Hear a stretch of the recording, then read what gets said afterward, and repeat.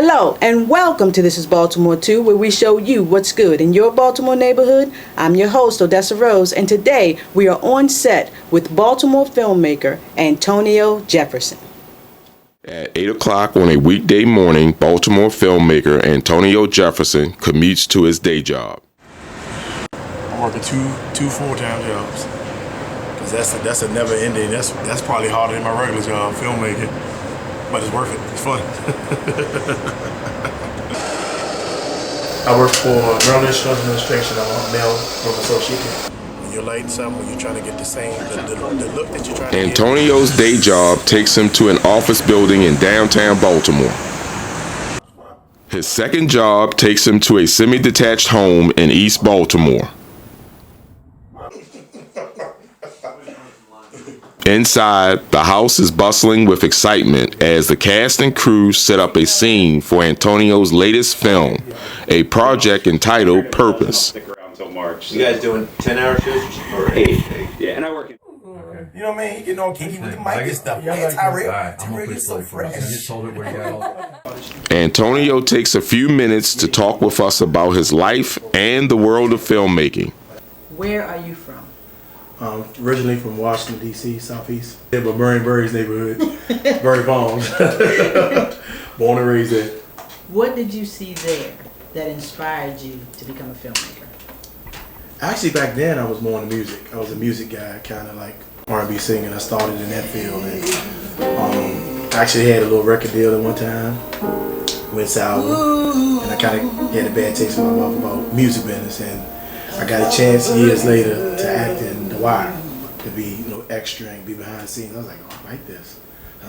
So I started chasing it. Maybe a year or two later, I got a big role on America's Most Wanted, the lead role, and it took off from there. And I started getting a lot of stuff on TV, ID Channel, on a couple of numerous shows on there. House of Cards had a feature role with Kevin Spacey, so stuff like that kind of inspired me to do it. And then once I got behind camera people and seen what they did, when I started shooting independent films with people, I was like, yeah, I can do this and probably even better. And I started following it. Okay. Yep. So you didn't take the traditional route to filmmaking? Nah, I went out and just did it rogue and learned as I go. I messed up a few times, so to get to where I'm at now, I had to fail a lot. So.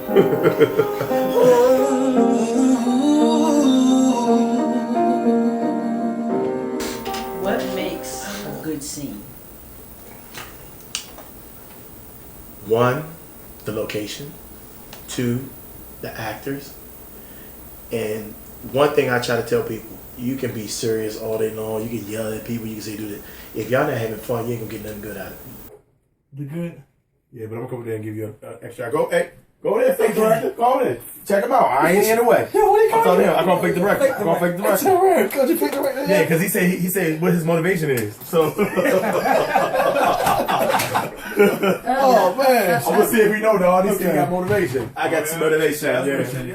Yeah, he did. You gotta enjoy it. You can't come on a set like, all right, like it's like a regular job. You don't want to go to work.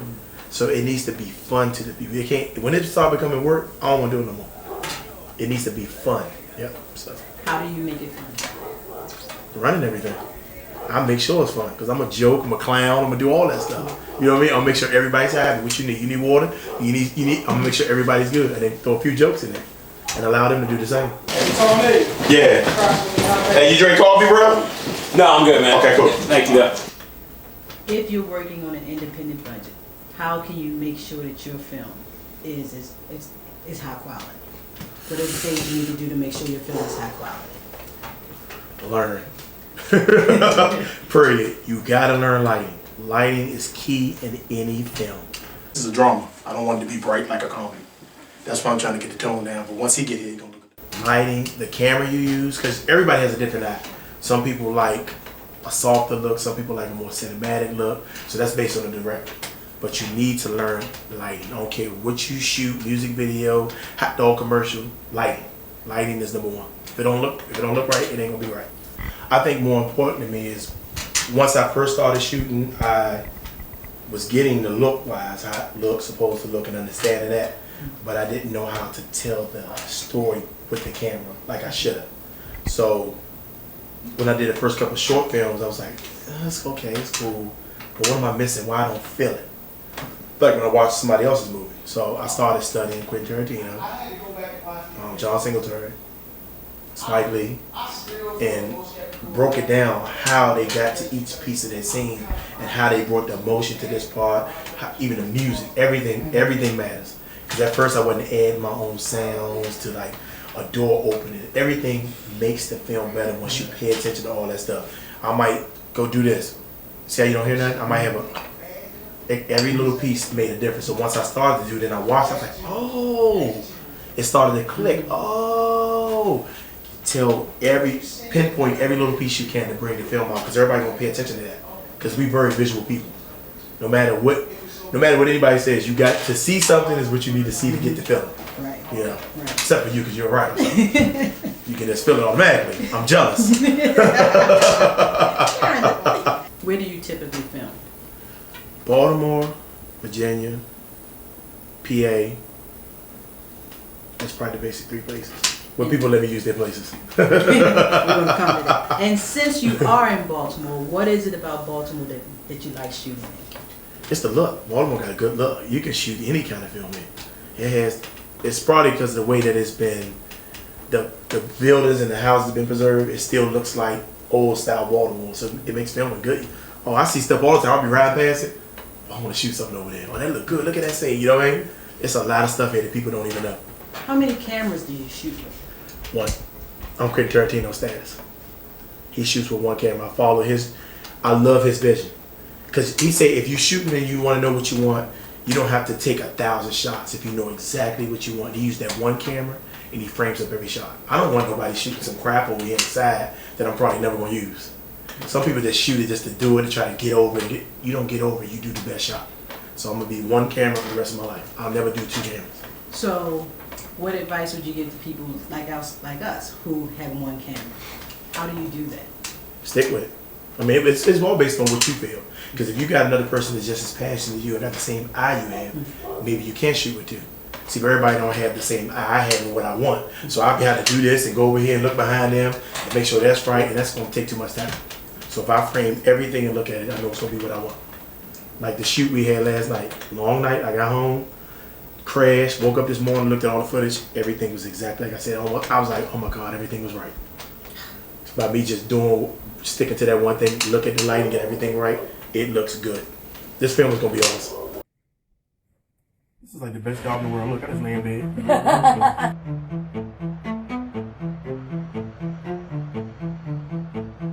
Tell us about purpose. I'm not the right person to ask about this because I always give the story away. Don't give the story That's away. hard because everybody asks me. I get so into it and I tell everything. Okay, it's about 2 friends that were rookie cops coming out of for their first year becoming cops. And something happened in their past that's kind of catching up with them. And at this point, one of the guys become the mayor and one becomes the detective. And all of a sudden, his life just started unraveling when his wife gets snatched. So the whole thing is purpose is to get his wife back by any means necessary. I think it's time to make the What is the purpose of your film? Woo! One, I'm an 80s baby and I love films. That's just me. I can watch 80 films till I pass out. 2, everybody wants to be successful in something. That was my whole goal. And people just don't ever believe in anything anybody can do. So I told myself I would never let nobody ever stop me from doing what I want to do. I had many people tell me many years, you can never ever become anything. So I took it upon myself to dedicate myself to whatever it is I want to do. And it's working. It's working. I'm proof. Anybody that's living in a bad situation or living in a bad neighborhood and barely have money can do anything they want to do. I'm a prime example. We was on welfare for years. The government cheese, the powdered milk, living in a house with no running water, no lights. I made it. I made it. So nobody can ever say they can't do nothing. Somebody tell me, oh man, it ain't jobs. You gotta go get it. Ain't nobody gonna hand you nothing. And I found that out. I can't go nowhere and expect somebody to hand me something. I gotta go fight for it. And that's work for me. So that's my claim to it. anything. Any questions you might have, that's what it is, you go do it. That should be the answer. Just go do it. When I first started, I was working at McDonald's, Roy Rogers, all them little places. I had no GED, no education. I dropped out of school early, so I didn't know what I was gonna do. And at that point in time back then, I was in the wrong crowd, selling drugs, doing all that dumb stuff. And when I had my son, I liked this switch change. I was working 3 or 4 fast food jobs at the time. I mean, overnight, I would never get no sleep. That's probably why I'm crazy then. I would never get any sleep, and then everybody kept telling me, yo, you'll be working at McDonald's forever. As they always say, all of a sudden I got with my girl and went down, been with her for 12 years, and doors just started opening. I started getting better jobs, they helped me with it, got my GED, got all that stuff taken care of, so it's the right people you surround yourself with sometimes. If you surround yourself around negative people, you're going to get negative stuff. Surround around the positive people, you get positive stuff.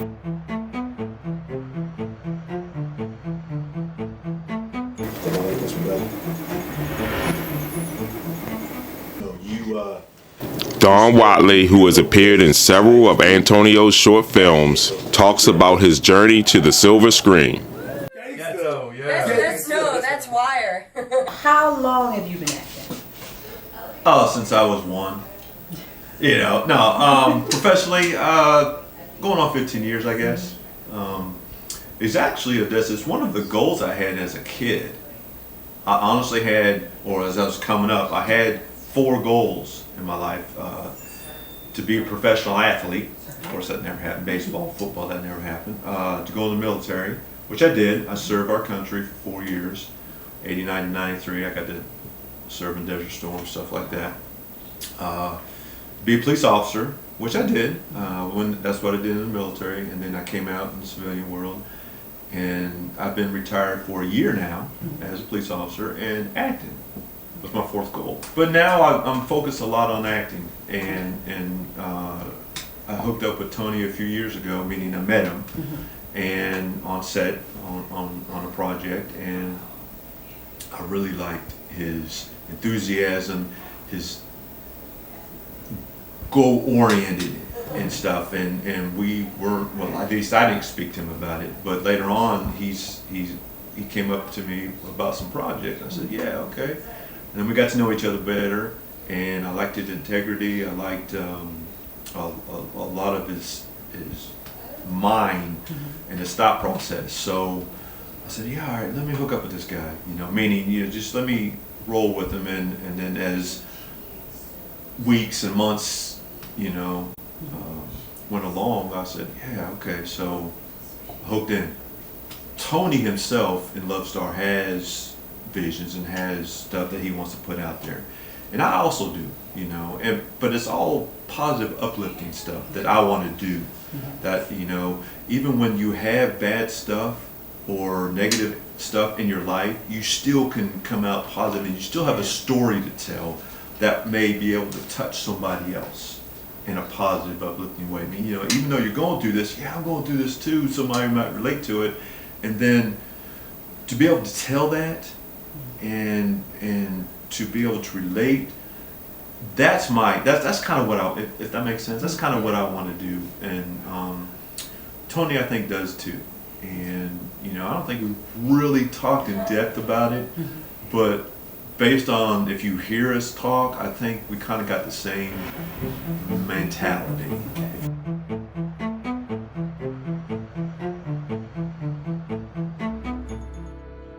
Who is this and what do you want, man? I want you to come work for me.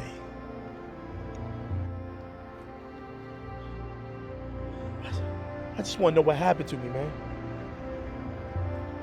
You had a slight accident coming home from work. Veteran actor Archie Williams discusses his years in the film industry and his character and purpose. As a real-life job, I work for the Circuit Court for Baltimore City. That's my real job. I've been acting part-time, like I said, over 40 years, stage and film and television. I had the good fortune of being the first medical examiner on Homicide, 2 episodes, and then the old guy got my part. And I was a district commander for 2 seasons of The Wire, 3rd season and the 5th season. But they didn't trust me with any lines, so, you know, I just had to look like I wasn't getting fired, which was like...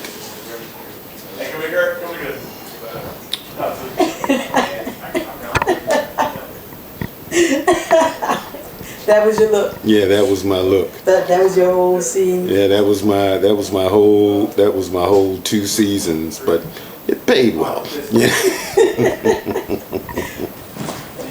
Who were you playing in this part? I am the stranger.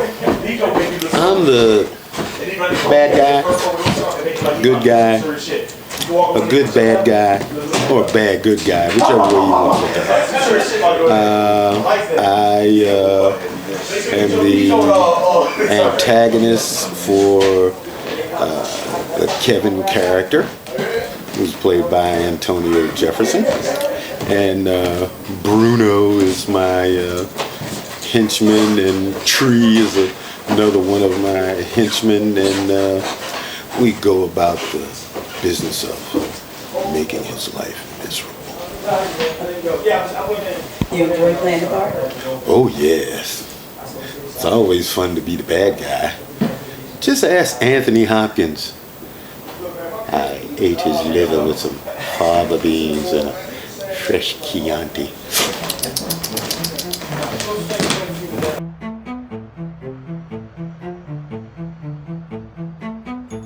I think he's scared. Did Ryan scare you? Yeah. Because when he told you sit down in one of the scenes in the basement, he's like, sit down. He was like, this. Sit down! You said, oh, he said, I'm sitting. Actress Shelby Berg gives us a glimpse into her acting career and her role in Purpose. How long have you been acting? Since I was born, according to my parents, I was an only child. I still am an only child, actually, and that gave me a lot of time to, you know, entertain myself, be creative, and so I got into drama in school very early, elementary school, through middle school, high school, and then I pursued it for my bachelor's degree in music theater, and that was all stage.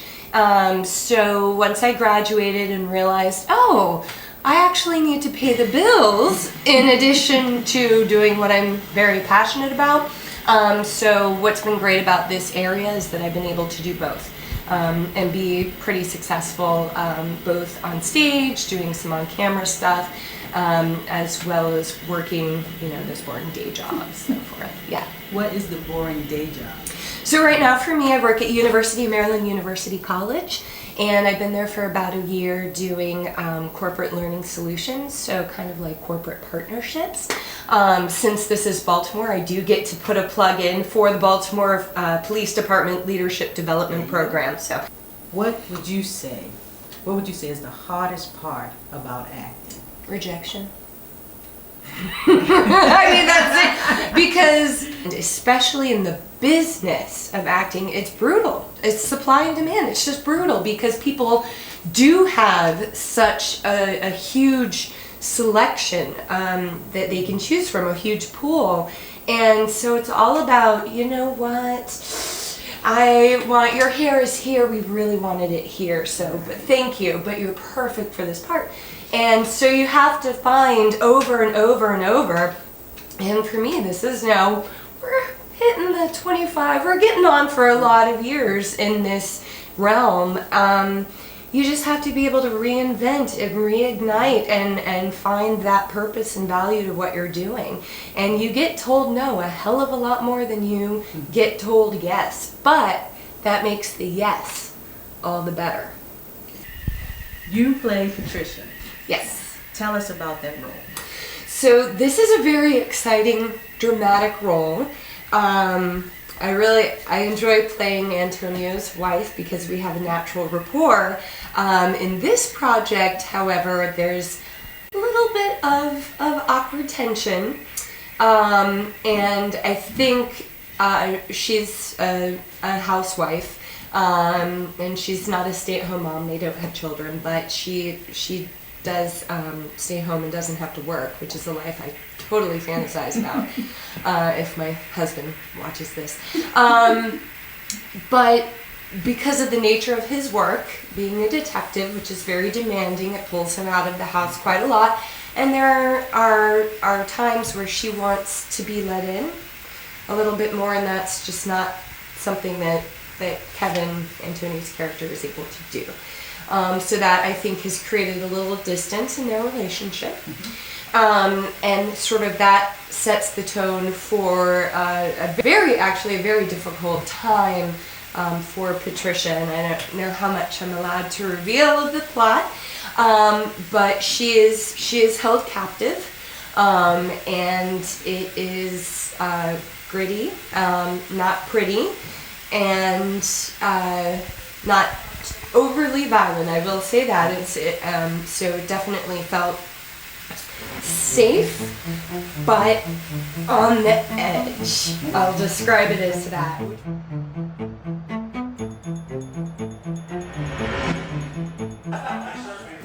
Actor Ryan Thomas cannot recall wanting to be anything other than an actor. This is what I wanted to do my whole life. Since I was a kid, all I ever wanted to do was be an actor. And kind of got sidetracked for a while, but got back into it, like I said, about 8 years ago. So the goal is to make a living with it. If you make a good living, even better. What have you been in? A lot of local independent films, done some commercials, a little bit of TV, a lot of industrials. Haven't done any theater yet, but that's on the list for hopefully this year. Start to get into that.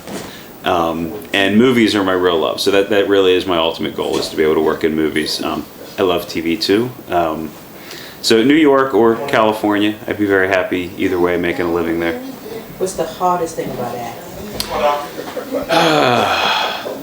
Right now, the hardest thing is the time. It is very time consuming. I've got a full-time job still right now, which I'll hopefully be leaving in the next year or two. So trying to balance that with just your life and everything else, acting takes a lot of time, takes a lot of work. As far as the actual performance aspect, I would say trying to find something different for each character. Trying to be something other than yourself, and find something unique in each character, and try to give it a little something so that when people see you in several things, they don't constantly think that you're just being the same thing over and over. What's your character in this movie? My character is Bruno, and he is basically a thug. It's a character that I've played a lot, so like I said, every time I try to do something a little different with it. How is it working with Antonio? This is my first day on the set with him, but if my personal experience with him isn't any indication, I'm sure it's going to be great. And action.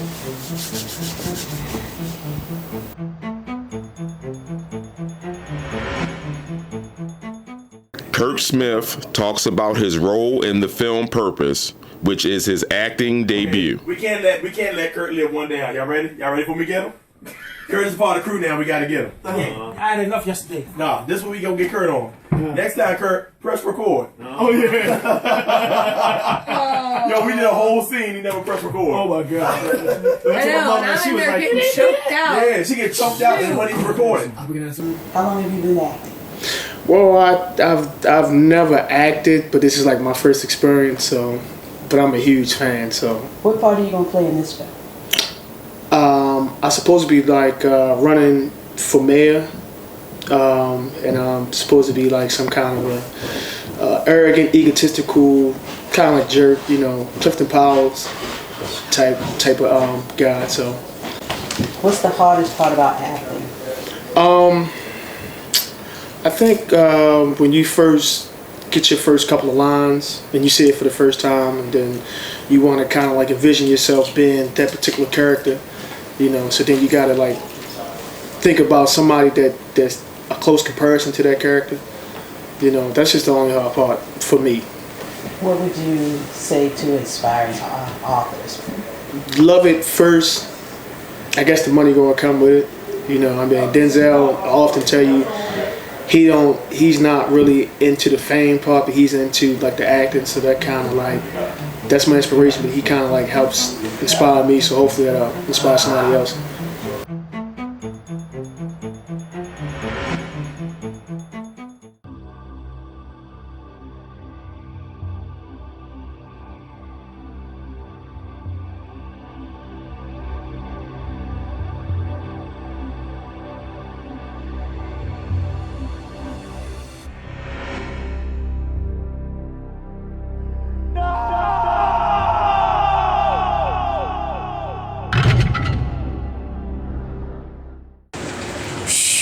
This film got me so excited. I don't even know what to say.